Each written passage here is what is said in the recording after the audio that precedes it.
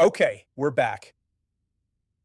In the last video, I showed you the gap between a gateway and an operating system, between an AI that rereads its notes every morning and one that actually knows your business. Millions of people, including myself, recognize the power of OpenClaw and this massive shift towards automation. But early isn't the same as being right or building something that can scale. And today, I'm going to show you what right looks like. I'm Jason Baxter. Let's get into it. Because here's the thing nobody tells you. The AI model isn't the hard part anymore. GPT 5.3 is coming. Claude Opus is brilliant. Gemini is everywhere. The model is electricity. You plug it in. The hard part, the part that determines whether your AI is a toy or a weapon, is everything around the model. The architecture that uses a model. Your AI has no nervous system. Let me ask you something that's going to reframe your entire setup. When a new lead comes into a CRM in the morning, what happens? In most AI setups, nothing. The lead sits there. It waits for a human to wake up, notice it, and decide what to do. Maybe they'll ask ChatGPT for help drafting a response. Maybe they'll use Claude to research the company. Maybe they'll forget entirely, and that lead goes cold. Your AI is deaf. It's sitting in a room with its eyes closed, waiting for someone to tap it on the shoulder and say, "Hey, something happened." That's not intelligence. That's a very expensive answering machine. Sure, you could add some workflows that do the same thing every time to send a note or schedule something, but that's not intelligence, and that's not what an autonomous agent is for. Now imagine this. A new lead comes in at 2 a.m.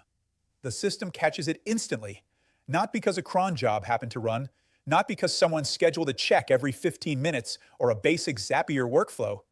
I'm talking about the event bus, a real-time nervous system running underneath everything, detects the signal and routes it to the right agent in milliseconds. The lead qualification agent activates. It checks the lead against your ideal customer profile. It cross-references the company with your existing deals to find relationships. It scores the lead. It enriches the data. It drafts a personalized outreach, and it schedules the follow-up in your CRM, all before anyone wakes up. By the time your sales rep opens their laptop at 8 a.m., they don't have a new lead.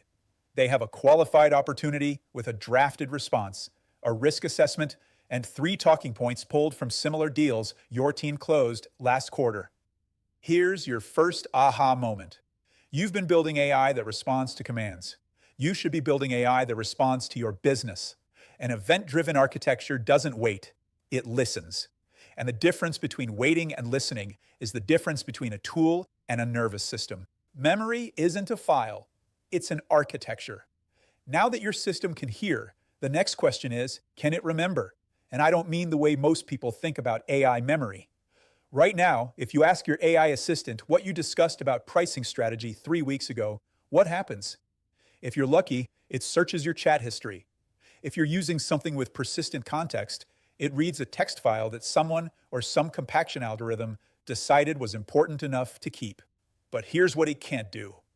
It can't connect that pricing conversation to the customer feedback your support team received last week about being too expensive. It can't link that to the competitor analysis your marketing team ran 2 months ago.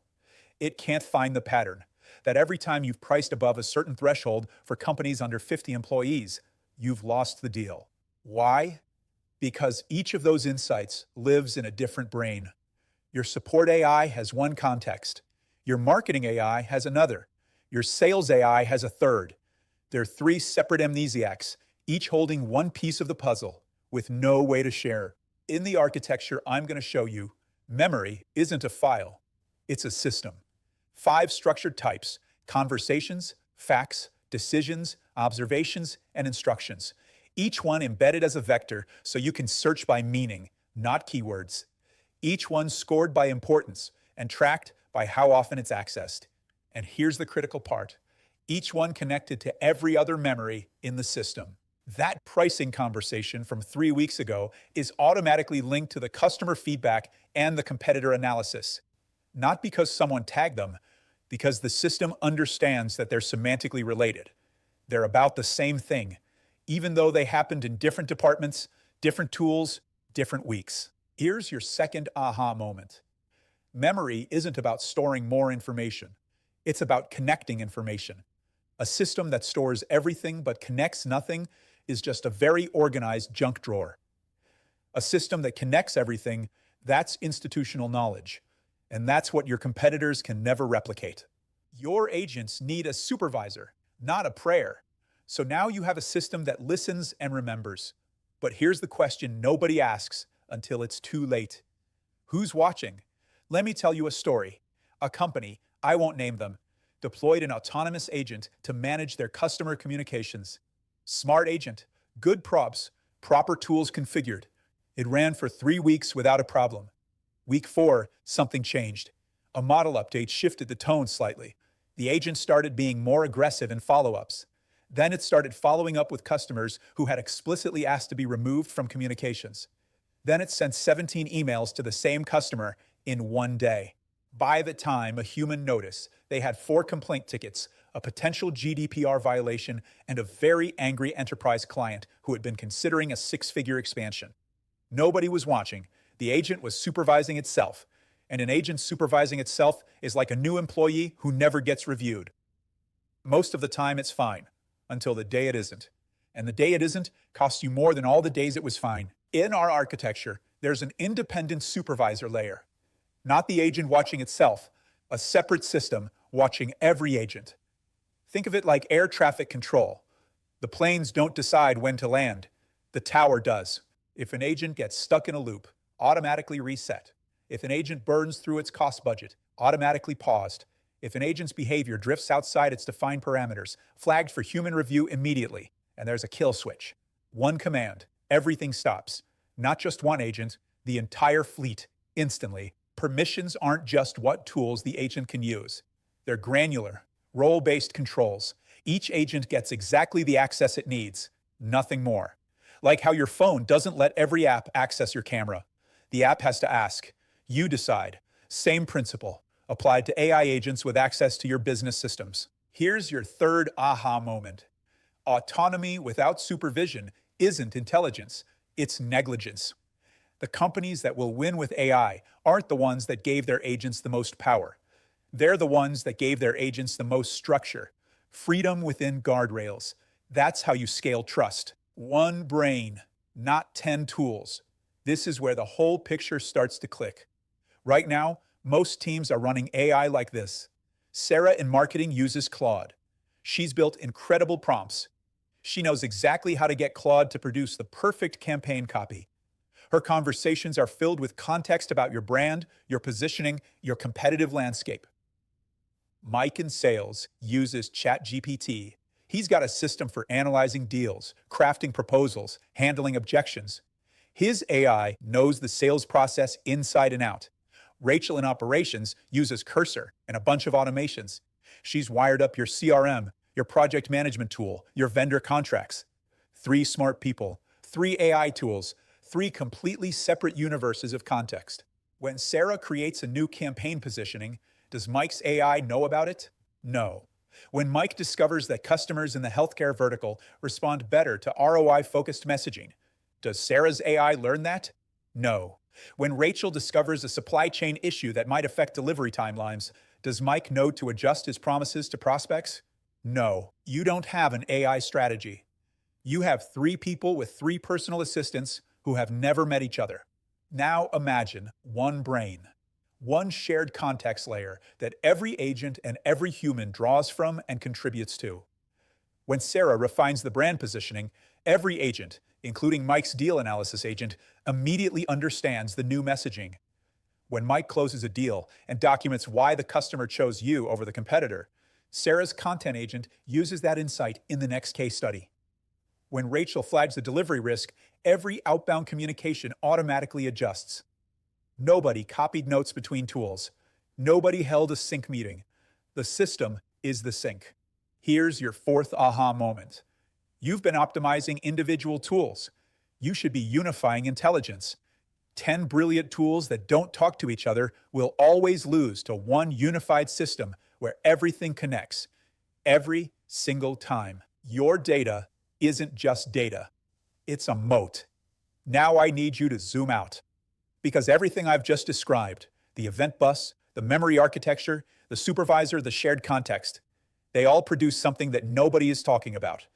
And it might be the most valuable thing your company will ever create: compounding institutional intelligence. Day one, your AI knows what you tell it. That's where everyone starts.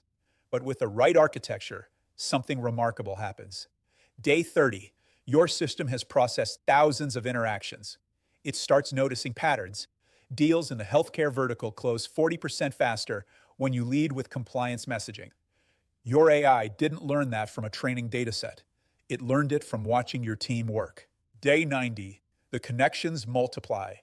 The system links customer feedback trends to product development priorities, to sales messaging, to marketing campaigns. It sees across silos that no individual human can see across. It makes recommendations that feel like they came from someone who's been at the company for 10 years. Day 180, you have something your competitor literally cannot buy. 6 months of your specific team doing your specific work, with every decision, every outcome, every correction captured in a unified system. That's not data. That's institutional knowledge, and it compounds every single day. Your competitor can buy the same AI model. They can copy your tech stack. They can hire the same consultants. They can read the same blog posts. But they cannot replicate 6 months of compounded context from your business. That's your moat, and it widens every day you run the system, and every day they don't. Here's your fifth aha moment. The AI model is a commodity. GPT, Claude, Gemini, they're all getting better, all getting cheaper. Your competitor can buy the same model tomorrow. The moat isn't the model. The moat is the system around the model. The architecture that captures, connects, and compounds your intelligence. That's what you're actually building. Not an AI tool, a compounding knowledge asset. The 3 levels. Be honest about where you are. Let me leave you with the framework that should guide every AI decision you make from here. 3 levels of AI adoption. And the jump between them isn't incremental, it's architectural. Level 1, prompting. ChatGPT, Claude, manual conversations. You ask a question, you get an answer. It's useful, it saves time. And 90% of businesses are still here. That's not a criticism, it's just reality. Level 2, agentic AI. This is where things get interesting. You've got MCP servers, Claude Code, Cursor, maybe OpenClaw connecting your agents to WhatsApp and Slack. Your AI does tasks autonomously. It reads files. It writes code. It manages workflows. This is powerful. And this is where the smartest companies are right now. But level 2 has a ceiling. And the ceiling is this. Your agents are doing tasks, but your intelligence isn't growing. Every session starts fresh. Every agent has its own context. Your data flows through and evaporates. You're running fast, but you're not building anything permanent.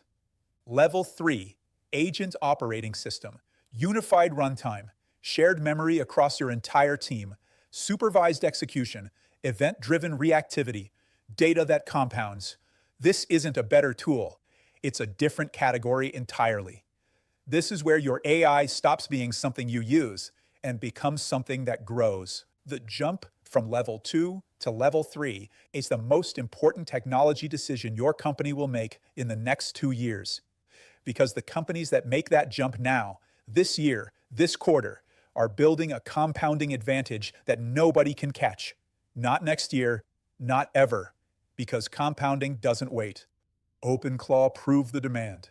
They showed the world that people want AI agents in their lives. That was the spark, but the spark isn't the fire.